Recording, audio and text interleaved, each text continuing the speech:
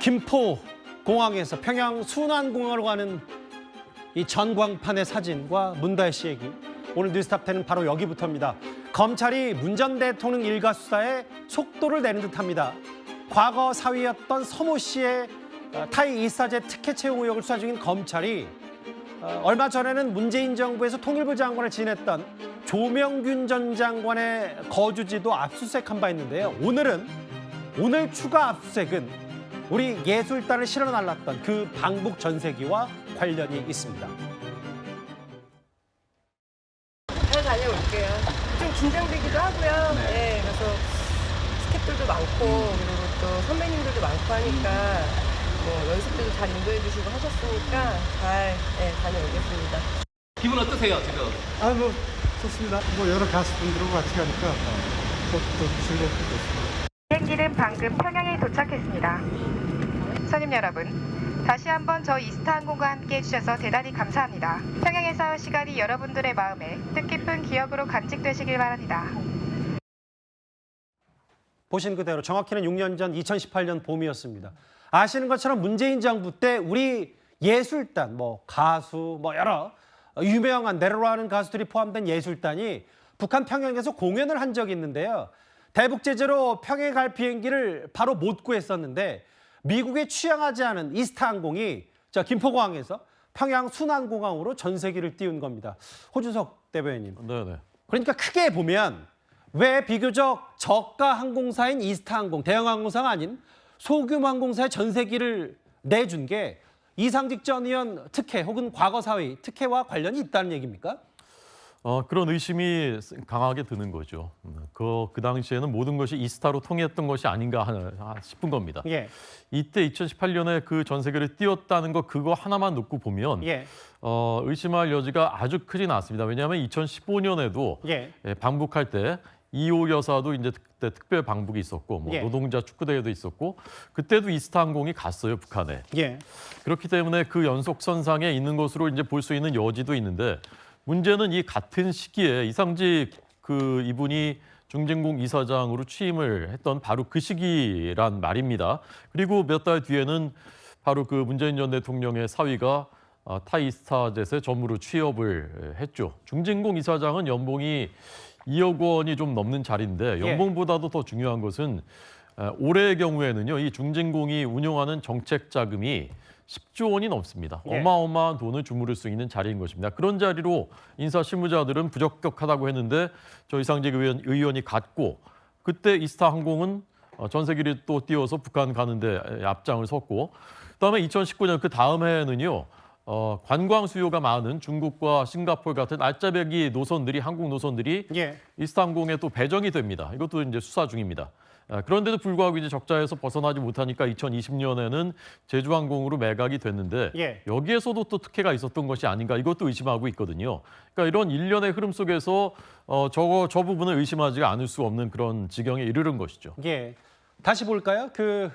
평양올림픽, 평창, 정확히는 평창올림픽, 동계올림픽 공동 입장했던 남북. 그리고 그 이후에 평양 공연에 합의를 했고 이 전세기를 타고 방북하는 바로 전 시점에 이상직 전 의원이 중진공 이사장으로 취임을 합니다. 그리고 그 이후에 문 전 대통령 사위가 이 해당 사실상 이상직 전 의원이 소유하고 있는 이 타이이사제 전무이사를 취업한다. 근데 장윤주 변호사님, 그러니까 상식적으로 다른 물품들은 다 대형 항공사인 대한항공을 썼고 왜 예술단을 실어 나를 때는 이스타항공을 썼냐? 검찰이 이걸 들여다보고 싶었고 오늘 법원이 압수수색 영장을 발부한 것도 그것 때문일 거예요. 그렇죠. 검찰 입장에서는 아무래도 전세기로 선정되는 부분에 있어서 이스타항공에게 특혜가 주어진 것 아니냐 이 부분을 의심하는 것으로 보입니다. 말씀 주신 것처럼 다른 방송 장비라든지 이런 부분들은 화물 수송으로 해서 대한항공이 맡았다라는 부분도 지금 나오고 있기 때문에 그렇다면 왜 전세기 부분만 이스타항공에 주었냐라는 것이 검찰의 의심의 포인트인 것 같긴 합니다. 다만 통일부에서는 2015년도에 남북 노동자 통일 축구대회에서 방북 전세기를 띄운 경우 경험이 있었기 때문에 선정을 했다라는 이야기도 나오고 있거든요. 그렇기 때문에 뭐 검찰이 의심은 할 수 있겠지만 이것은 증거로 입증이 돼야 되는 것이기 때문에 단순히 정황상 특혜를 준 것 아니냐라는 의심만으로 사실 이 모든 것을 단정하기는 어려울 것 같고요. 예. 다만 이스타항공이 당시에 왜 방북 전세기로 선정될 수 있었는지 그런 부분들이 좀 더 사실관계가 구체적으로 나온다라고 한다면 이것을 단순히 문재인 전 대통령의 전 사위의 뭐 채용과 바로 연결짓는 특혜다라고 보기는 어려울 수 있겠다라는 생각도 들고 예. 사실 이런 부분만 가지고 계속 수사가 진행되고 이런 수사 초기 단계에서 언론 보도가 확대되기 시작한다라고 한다면 야당 입장에서는 지금 현재 여권 내가 국면이 굉장히 어려워지는 상황인데 이런 국정상 좀 난맥상들을 국면 전환을 위해 수사를 확대하는 것 아니냐 이런 의심도 가져볼 수 있을 것 같습니다. 근데 다만 장 변호사께 뭐 법조인이시니까 이게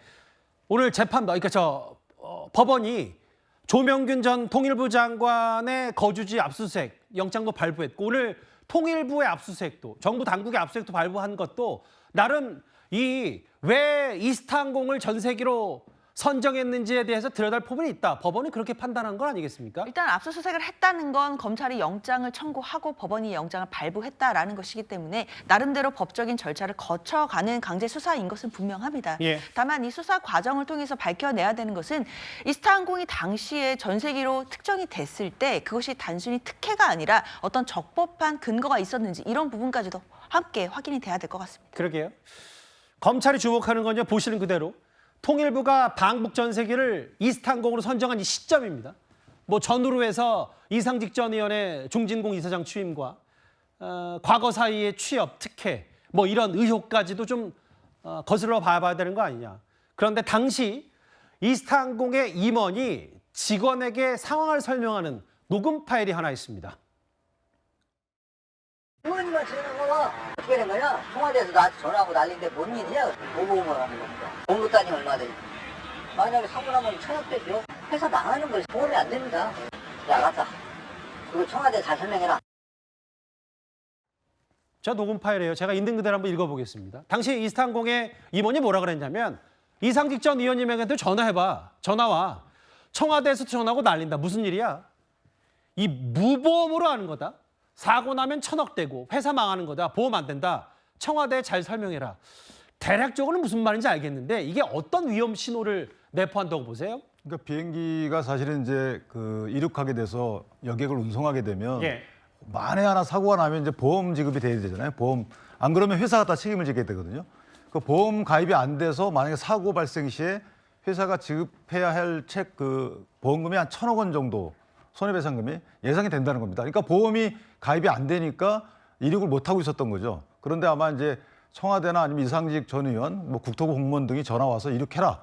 이렇게 돼서 이제 이륙을 했던 것 같은데 예. 문제는 뭐냐면 그 뒤에 해명이 사실 통일부나 국토부에서는 그 당시에 남북 협력 기금에서 보증서를 줬기 때문에 회사에 손해가 없을 것이다, 문제가 없다라고 해명을 했었는데 알고 보니까 저 녹취록을 보니까 그 당시에 그것이 거짓 해명이 아닌가. 그러니까 결국은 비행기를 이륙하고 나서 뒤늦게 보증서가 발급된 게 아닌가 이런 의혹이 있는 것이고 예. 아까 이제 주신 말씀들처럼 사실은 이스타항공이라는 것이 저렇게 북한을 가게 되면 상당한 특혜를 얻어요. 왜냐하면 이 당시에는 이미 이스타항공이 1월 달부터 해서 해외 노선을 다 뚫었거든요. 예. 일본도 2 노선이 뚫렸고 중국도 이제 개항이 됐단 말이에요. 그렇다면 저가항공 입장에서 보면 이게 국가적으로 뭐 유명 인사들이 타고 가게 되면 안전하다 이런 게 하나 생기는 거고요. 예. 두 번째는 이제 수요 창출이 됩니다. 그렇기 때문에 저 당시 인터뷰를 보더라도 당시 대표가 상당히 저 부분을 자랑했던 인터뷰 내용이 나와요. 그러니까 저거는 특혜가 아니냐. 다시 말하면 원래는 선정되지 못할 항공사가 예. 여러 가지 특혜라는 것은 이 공무원법으로 저희가 해석을 한다면 직권남용인 것이죠. 이 업체를 선정해라고 혹시 압력을 받아가지고 선정한 것이 아닌가라는 의혹이 있는 것이죠. 그러니까 이제 이런 부분일 거예요. 당시에 이제 뭐라 그랬냐면 왜 이스타항공을 평양 순안공항으로 가는 전세기로 띄웠냐라고 했을 때 과거에 그로부터 3년 전에 방북 전세기 선정 경험이 있고 뭐 비교적 가격이 뭐 저렴하기 때문에 이걸 정부 당국이 특별 전세기로 선정했다고 하는데 앞서 다시 그 녹음 파일 얘기를 보겠습니다. 김진욱 대변인님. 그런데 아까 뭐 화물은 대한항공이 갔다고 하더라도 무보험으로 하는 거다. 사고 나면 1,000억대다. 그럼 이 내용 녹음 파일만 봤을 때 정부가 굳이 이스타항공을 선택할 이유가 없었는데 선정할 이유가 없었는데 위험 부담을 감수하고 이스타 항공을 전 세계로 택한 것.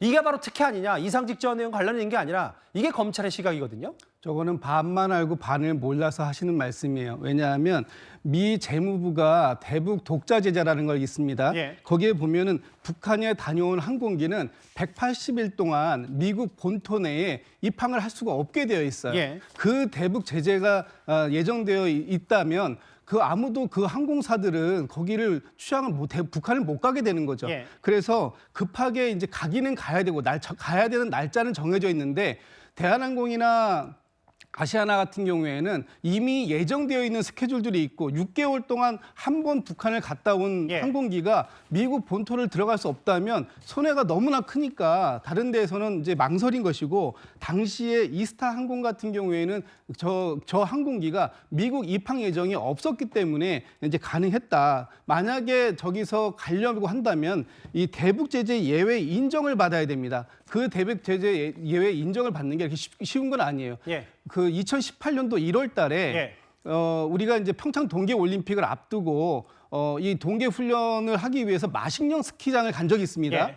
그때도 이 아시아나 항공이 그땐 갔는데 예. 굉장히 급하게 불과 이틀 전까지만 해도 이 대북 제재 예외를 인정받지 못할 수도 있다라는 것 때문에 육로로 방북해야 되는 거 아니냐라고까지 얘기가 나왔었는데 이틀 전에 미국이 이 예외를 승인을 해주는 바람에 예. 그래서 비행기가 이제 이륙을 할 수 있었던 그런 상황도 있었거든요. 예. 그래서 지금 말씀을 나오는 거 보면 무조건 이스타 항공에 특혜를 주기 위해서 이스타 항공을 선정한 것이다라고 하는데 예. 이 비행 업계의 관행이라든지 아니면은 미국 입항이라든지 이런 여러 가지를 감안해 봤을 때 여유분이 있는 항공사를 선택할 수밖에 없었고 거기에 이스타 항공이 적합한 항공사로 되었기 때문에 저런 조금 약간 보험이라든지 이런 부분이 알겠습니다. 좀 부족한 부분이 있었지만 그럼에도 불구하고 취항을 할 수밖에 없었던 것이다. 이런 사안이 있었다는 걸 말씀드려야 될 것 그 같아요. 한마디만 더 하면 사실은 이제 맞는 말씀인데 예. 그 당시에는 이미 정부에서는 다 완료를 했어요. 협의해가지고 예. 대북 제재 예외로 하기로 합의했다. 예. 이런 언론 발표가 있을 정도로 그 부분에 대해서는 아무런 문제가 없던 상황이었기 예. 때문에 그것과 관련돼서 뭐 미국에 취항을 하지 않은 항공사기 때문에 그것 때문에 선정됐다. 이것은 조금 납득하기 어려워요. 그러니까 이제 당시 예. 그 정부의 발표를 보면 예. 정부가 대한항공, 아시아나, 이스타 세 곳에 다 제안을 했다라는 게 다 기사에 나와 있습니다. 예, 그러니까 대형 항공사, 비교적 대형 항공사인 이제 대한항공과 아시아나항공에는 정부가 어느 정도 선정 과정에서 후보군을 추려놨었는데 결국 이스타 항공이 최종적으로 전세기 선정에 낙점이 됐고 뭐 이런 부분까지 있으면 검찰이 이 부분도 아마 과거 사위 특혜 채용 의혹과 혹은 여러 가지 연장선상에서 이게 문재인 대통령, 현직 대통령 관련된 특혜와 관련이 있는 거 아니냐 그런 물줄기를 좀 보려고 하는 것 같아요. 오늘 통일부의 압수수색 강제 수사.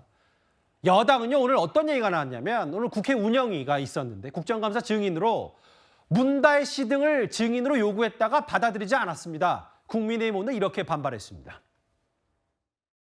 존경하는 박성준 간사님께서 현 정부는 윤석열 정부고 윤석열 정부를 국정감사하기 위해서 국민의힘에서 신청한 정인을 채택하지 않았다는 말씀에서 제가 지난번 문재인 정부 때도 운영위원을 했습니다.